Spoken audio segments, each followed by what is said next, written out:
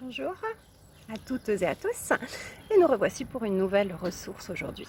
J'aimerais vous parler aujourd'hui de cohérence cardiaque.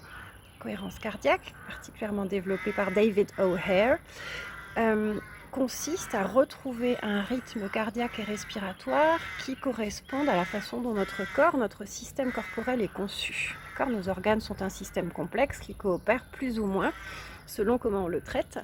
Et pour pouvoir être en cohérence cardiaque, nous devrions respirer 5 à 6 fois par minute. Une respiration étant une inspi et une expi. Dans nos sociétés occidentales, super speed, en tout cas en période hors confinement, on a tendance à respirer en moyenne 11 à 12 fois par minute, donc quasi le double. Et ça a un impact à la fois sur notre système cardiaque et respiratoire, mais aussi sur la digestion, sur le sommeil, sur la gestion du stress au quotidien, sur notre capacité à nous concentrer, etc. La bonne nouvelle, c'est qu'on peut réapprendre à être en cohérence cardiaque. Pour les personnes qui font du yoga, du tai chi et des choses comme ça, vous êtes peut-être déjà en cohérence cardiaque ou pas loin. Pour les autres, il existe des applis très simples. Donc sur votre smartphone, Android, iPhone, vous pouvez taper dans le Play Store cohérence cardiaque en français. Il semblerait qu'il y ait plus de choix en français. Et choisir parmi la liste de différentes techniques qu'il existe.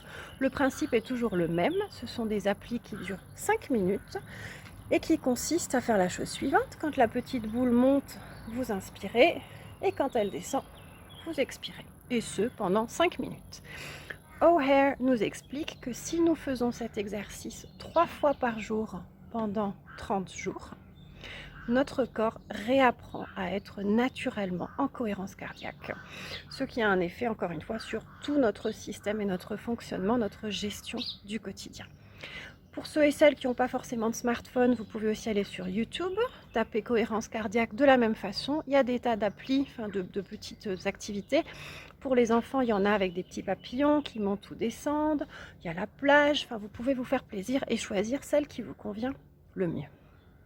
Et enfin, pour ceux qui n'ont pas du tout de technique à la maison, vous pouvez aussi prendre un papier, un crayon, mettre le réveil sur 5 minutes. Et pendant 5 minutes, à chaque inspi, vous montez votre crayon. À chaque expi, vous le descendez. Et vous comptez ensuite en 5 minutes combien de fois vous avez respiré, ce qui vous donne une moyenne. Pour finir, pour ceux et celles qui travaillent beaucoup dans l'animation de groupe ou peut-être même dans l'enseignement ou avec du monde, sachez que si 2 personnes dans une pièce sont en cohérence cardiaque, c'est suffisant pour que tout le reste du groupe se cale sur cette respiration. Donc c'est aussi un exercice qui permet rapidement d'apaiser des groupes de personnes. Alors, à vos applis, cohérence cardiaque, et puis je vous dis à demain.